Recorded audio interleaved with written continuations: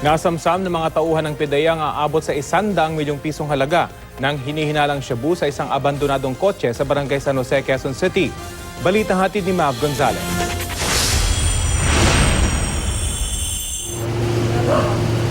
Nakatanggap daw ng impormasyon ang PIDEA noong February 6 na may lawang shabu ang isang blue na Mitsubishi Lancer na may plakang WPB 418 na tunto ng abandonadong kotse sa Tangali Street sa barangay San Jose, Quezon City, Kamakalawa.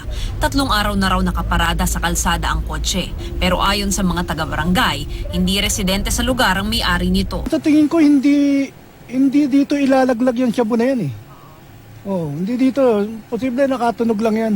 Inabandon na yung sasakyan dito. Binantayan ito ng PIDEA pero walang dumating para kunin ang sasakyan. Alas 10 kagabi, binuksan ang kotseng hinihinalang may lamang iligal na droga.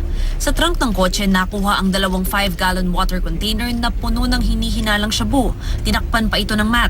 Sa kabuuan, 20 bag ng shabung ibinalot pa sa foil at papel ang nasamsam ng PIDEA.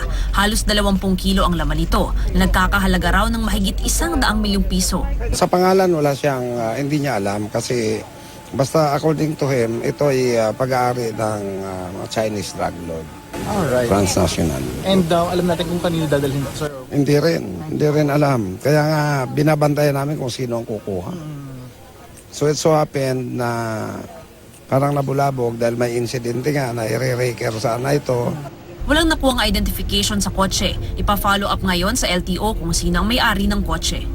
Mav Gonzalez, GMA News.